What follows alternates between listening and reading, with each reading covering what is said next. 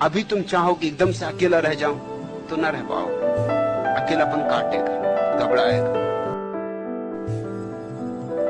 अभी तुम अकेले से भुलाने की कोशिश में लगे हो। तुम्हारी पत्नी भी भुलाना है, सीटी बजाना है। तुम्हारा पति भी सीटी बजाना है। तुम्हारे बच्चे भी, पति पत्नी साथ रहते रहते अब उब गए तो बच्चे चाहिए, वो और नई सीटी बजाना सीख रहे हैं। कहते हैं हो गई ये सीटी बहुत बच चुकी, अब कब तक P P P P P P करते रहे, कोई नई सीटी लाओ तो बच्चे पैदा कर लो। तो फिर बच्चे उलझाव खड़ा कर देते, वो इतना उपद्रव मचाते तो उनमें उलझे रहो, फिर सुविधा नहीं रह जाती। कहां का एकांत, कहां का अकेलापन, बात ही भूल गई। फिर इनसे बचने के लिए होटल में बैठ रहो देर तक, घर जाते डर लगता है कि वहां सब तैयार होंगे वो लोग। तो क्लब ज्वाइन कर लो, तो रोटरी क्लब में सम्मिलित हो जाओ, रोटेरियन बन जाओ। और कुल रोटेरियन बनो कि लाइन बनो, कुछ फर्क नहीं। मामला इतना ही कि पत्नी से कैसे बचना, कि बच्चों से कैसे बचना। और ये सीटियां तुम ही ने बजाई, कोई तुमसे कह नहीं रहा था कि बजाओ, मगर अब बजा दिया, फंस गए। अब इनको बंद कैसे करें? ये सीटियां ऐसी नहीं कि बजा ली और बंद कर दी। एक दफा तुमने बजाई फिर ये बजती चली जाती, ये सदियों तक बजेंगी। सीटियों में से सीटियां निकलती आएंगी, इनकी एक श्रृंखला है। तुम तो चले जाओगे, उल्लू मर गए, औलाद छोड़ गए। तुम्हारी औलाद गजब करेगी, दुनिया को कभी चैन से न रहने देगी। तुम्हारी व्यस्तताएं क्या है? सिर्फ बुलाए रखना है अपने को किसी तरह। मगर चैतन्य की अंतिम अवस्था समाधि की अवस्था। तुम्हारे चाहने से ही तुम अकेले नहीं रह सकते, साधना करनी होगी। तुम चाहो कि ताजमहल बना लो, तुम्हारे चाहने से ही नहीं बन जाएगा। ताजमहल बनाना बड़ी कला की बात है। तुम चाहो कि तुम्हारी बगिया में बड़े बड़े फूल खिले, कमल खिले, मगर तुम्हें बागवानी सीखनी होगी। ये चाहने से नहीं हो जाएगा, ये कोई कल्पना की ही बात नहीं। और ताजमहल तो कुछ भी नहीं, कमल के फूल तो कुछ भी नहीं। वो जो भीतर कमल का फूल है, वो जो भीतर ताजमहल है, वो जो समाधि की अंतिम अवस्था है, उसके लिए गहन साधना से गुजरना होगा। चाहता तो कौन नहीं है कि अकेला रहे, लेकिन सभी की ये दुविधा है। अकेले रहो तो अकेलापन खलता है, और किसी के साथ रहो तो उसके साथ रहने में झंझट होती है। न साथ रह सकते न अकेले रह सकते, यही तो मुसीबत है प्रत्येक की।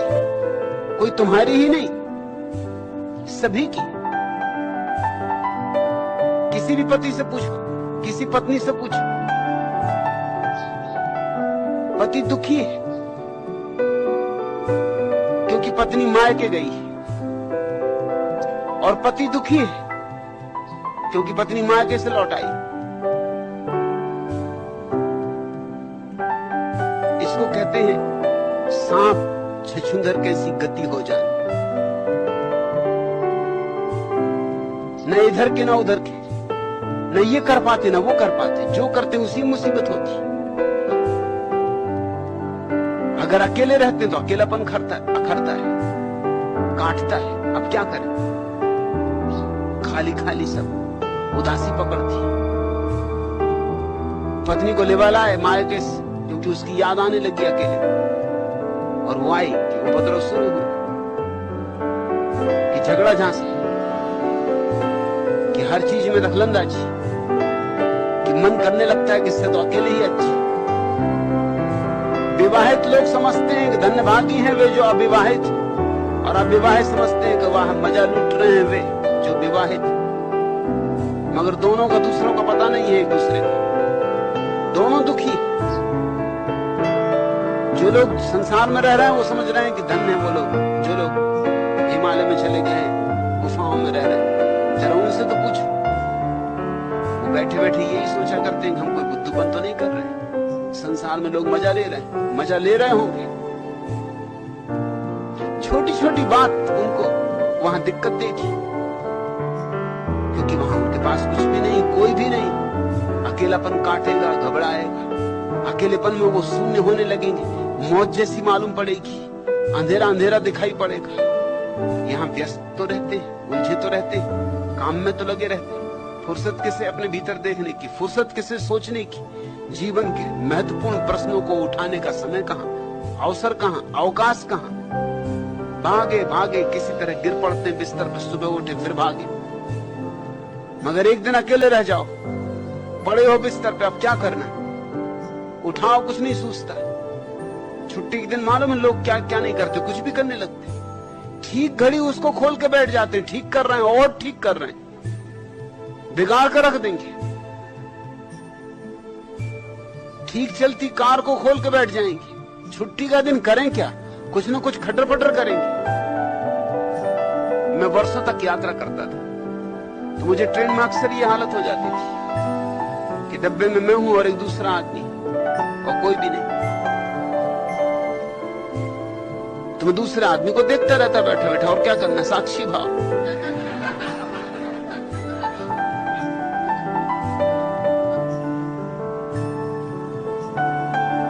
वो बातचीत भी करना चाहता तो मैं हाँ हूं करके टाल जाता, बस उतने उत्तर दे देता जितना जरूरी होता, बात आगे न बढ़ती। थोड़ी देर में वो समझ जाता कि ये आदमी बातचीत करने वाला है नहीं, ये करेगा नहीं बातचीत, और तब देखने लायक दशा होती। तो वो आदमी अपना सूटकेस खोलेगा, कोई काम नहीं है, सूटकेस खोलेगा, इधर उधर उल्टाएगा, सामान जमाएगा, फिर बंद कर देगा, खिड़की खोलेगा, खिड़की बंद करेगा, अखबार उठा के पढ़ने लगेगा। वही अखबार वो कई दफे पढ़ चुका है सुबह से, फिर रख देगा, फिर घंटी बजाएगा, नौकर को बुलाएगा कि चाय ले आओ। खटर पटर कुछ ना कुछ वो करेगा। कभी कभी ऐसा होता कि 24 घंटे साथ।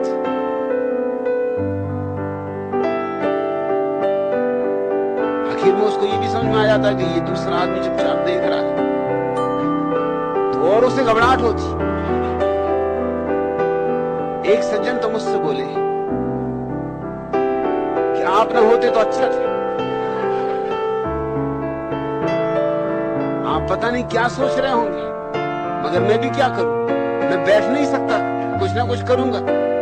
लंबी यात्रा थी, जयपुर तक मेरे साथ थे, 36 घंटे की यात्रा थी। तो उन्होंने कहा कि मैं सबसे ज्यादा परेशानी आपसे हो रही। तो मैंने कहा भैया मैं आंख बंद करके लेटा जाता हूं, और क्या करूं। मैं आंख बंद करके लेट रहा, उससे उन्हें और परेशानी हुई कि मेरी वजह से इनको नाहक आंख बंद करके लेटा रहना पड़ा। आखिर मुझे हिलाया, मैंने कहा भाई मुझे गड़बड़ ना करो, तुम अपना सूटकेस खोलो, अखबार पढ़ो, तुम्हें जो करना करो, खिड़की खोलो, और मुझे जब देखना होता है तो मैं थोड़ा सा आंख खोल के देख लेता हूं, तुम फिक्र न करो मुझे, और तुम कोई पश्चाताप ना करो, तुम्हारे कारण मैं कोई दुख में नहीं, मैं पूरे आनंद में पड़ा हूं, मैं तुम्हारा आनंद ले रहा हूं। उस आदमी ने डब्बा ही बदल लिया, वो पड़ोस के डब्बे में चला गया। उसने कहा कि यहाँ रहना ठीक नहीं। मैंने भी यूं ही छोड़ नहीं दिया, उन्हीं के पीछे गया।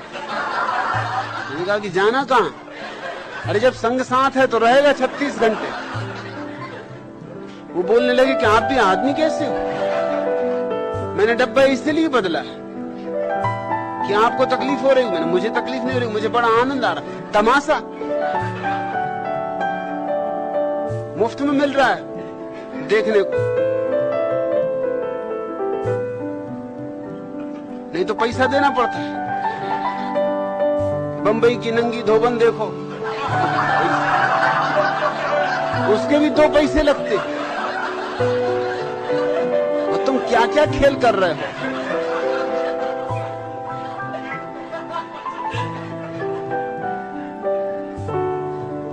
अकेले में तो तकलीफ होगी राजकुमार, क्योंकि अकेला होना एक कला है, एक साधना, सीखनी पड़ेगी। आहिस्ता आहिस्ता आएगी। ध्यान से शुरू करो, जल्दी शिखरों पर पहुंच जाने की चेष्टा न करो, कदम कदम चलो, साक्षी भाव साधो, थोड़ी देर शांत बैठो, मौन बैठो, अपने को ही देखो, अपने ही मन को देखो। और एक ही दिन में ये हो जाने वाला नहीं, वर्षों लग जाएंगे। लगते लगते ये बात लगेगी, जगते जगते ये बात जगेगी। जिस दिन ये बात जग जाएगी उस दिन तुम अकेले रहने में परिपूर्ण आनंदित हो जाओ। तब अकेलेपन का अर्थ ही बदल जाता। तब अकेलेपन में दूसरे की कमी नहीं खलती, तब अकेलेपन में अपने होने का आनंद आने लगता। अभी तुम्हारा अकेलापन नकारात्मक है, तब विधायक होगा। नकारात्मक अकेलेपन का अर्थ होता है दूसरे की मौजूदगी अखर रही कि नहीं, खाली जगह मालूम हो रही। कोई होता तो बात करते, चीत करते, कोई नहीं है, ये बात कांटे की तरह चुभ रही है। ये नकारात्मक अकेलापन। विधायक अकेलापन, अपने होने का आनंद कि कोई भी नहीं, सारा आकाश अपने लिए मिला है, कोई जगह नहीं घेर रहा है, सारा अवकाश अपने को फैलने के लिए मिला है। डोलो, मस्त हो, आनंदित हो। किसी की मौजूदगी की कोई बाधा नहीं रही। दूसरे की मौजूदगी थोड़ी बाधा तो डालती ही। तुम्हारी स्वतंत्रता में दूसरे की मौजूदगी थोड़ी सी तो अड़चन डालती ही। तुमने देखा होगा बाथरूम में तुम स्नान करते हो, आईने के सामने खड़े हो के कभी कभी मुंह भी बिचका लेते हो, क्योंकि तुम्हें पता कोई नहीं देख रहा। उतनी स्वतंत्रता तुम्हें अनुभव होती बाथरूम। लेकिन अगर तुम्हें पता चल जाए कि तुम्हारी पत्नी झांक रही है चाबी के छेद में से, पत्नियां भी बड़ी गजब की, वो कहां से झांके कुछ कहा नहीं जा सकता। वो ताली का छेद भी देखता है, उन्हीं के लिए बनाया है, उसमें से देख रही, तुम तत्काल समझ जाओ तुम हाई कोर्ट के मजिस्ट्रेट और हनुमान जी जैसा मुंह बना रहे थे। कोई देखेगा तो क्या कहेगा, संभल गए।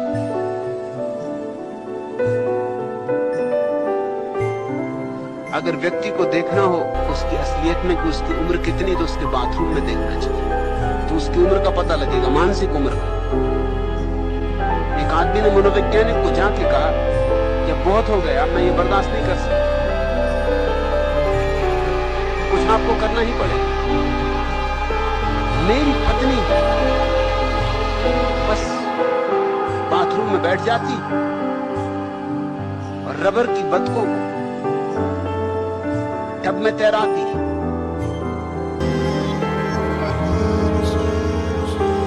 आपको रुकावट डालनी ही पड़ेगी, कुछ उपाय करना पड़ेगा। मनोवैज्ञानिक का इसमें खतरा तो नहीं, और तो कोई नुकसान नहीं करती, किसी का नहीं, और कोई नुकसान नहीं करती, बत के तैराती रहती, रबर की बत बाथरूम। मनोवैज्ञानिक का ये तो बिल्कुल निर्दोष है मामला, तैराने दो, तुम्हारा क्या बिगड़ता? दिन ने कहा मेरा क्या बिगड़ता? अरे मुझे तैराने का वक्त ही नहीं मिलता, जब देखो तब वही तैरा रही। हम भी तैराना चाहते हैं। यहां तुमको जो बूढ़े भी दिखाई पड़ते हैं वो भी बूढ़े नहीं, ऊपर से बूढ़े हो, भीतर से बिल्कुल बचकाने। और बच्चे हमेशा दूसरों पर निर्भर रहते हैं। बच्चा तो पर निर्भर होता है, इसलिए तुम्हारे अकेलेपन में घबराहट होगी, जब कोई दूसरा नहीं, क्या होगा? कोई भी साथ हो, यहां तक भी कि अगर अंधेरी गली में से तुम गुजर रहे हो तो खुद ही सीटी बजाने लगती, खुद की ही सीटी सुन के थोड़ी हिम्मत बढ़ती। अब जानते हो खुद ही सीटी बजा रहे हैं, इससे क्या होने वाला, मगर खुद भी सीटी बजा के ऐसा लगता है कि ठीक अकेले नहीं, सीटी सुन रहे हैं अपनी, तो भी कम से कम ऐसा लगता है कि कुछ हो रहा है, बिल्कुल अकेले नहीं। घबराने की कोई बात नहीं, सीटी बजाने से छाती थोड़ी फूलती है, थोड़ी हिम्मत आती, बिना सीटी बजाए जरा गुजरने की कोशिश करो और तुम घबरा जाओगे। कुछ फर्क नहीं पड़ रहा है, सीटी बजाने से कुछ तुम्हारा सुरक्षा नहीं हो रही, लेकिन एक भ्रांति पैदा होती है। भूल जाते हो कि अकेला हो, आदत बन गई संग साथ की, चाहे दुष्ट संग ही क्यों ना हो, मगर फिर भी संग साथ तो है। कोई ना हो साथ, इससे दुष्ट भी साथ हो तो चलता है, कम से कम अकेले तो नहीं। तो पहली दफे जब तुम अकेले रहोगे तो नकारात्मक होगा अकेलापन, दूसरे की याद खलेगी और दूसरे में अच्छे अच्छे गुण दिखाई पड़ेंगे जो कभी भी नहीं थे। पास रहो तो दिखाई ही नहीं पड़ते, दूर जाओ तभी दिखाई पड़ते। बुराइयां सब भूल जाएंगी, अच्छाइयां याद आएंगी। कहा कैसे कैसे सुख दूसरे ने दिए, पास आते से सुख भूल जाएंगे और दुख याद आएंगे। ये बाई फिर चली आ रही। धीरे धीरे बैठो, 24 घंटे में 1 घंटा बचा। एकदम से 24 घंटे अकेले होने की जरूरत नहीं, 24 घंटे में 1 घंटा बचा। 1 घंटे के लिए अकेले बैठ जाओ, टेलीफोन बंद कर दो, दरवाजा बंद कर दो, पत्नी से हाथ जोड़ के प्रार्थना कर लो कि 1 घंटा मुझे दे दो, 23 घंटे तेरे। बच्चों से हाथ जोड़ के क्षमा मांग लो कि 1 घंटा मुझे छोड़ दो, 23 घंटा जो भी तुम्हें करना। जैसी घूंगर मूतनी मूतना, मगर 1 घंटा मुझे छोड़ दो। आ जाए जब तुम अकेले रह सको, परम आनंद है। जानना अब तुम्हारा असली जन्म, तुम द्विज बने, तुम ब्राह्मण हुए, क्योंकि अब तुम्हारा ब्रह्म से संबंध हो सकता है। अकेला जो हो जाए वही केवल ब्रह्म से संबंधित हो सकता है। एकांत में ही आता है वह परमात्मा।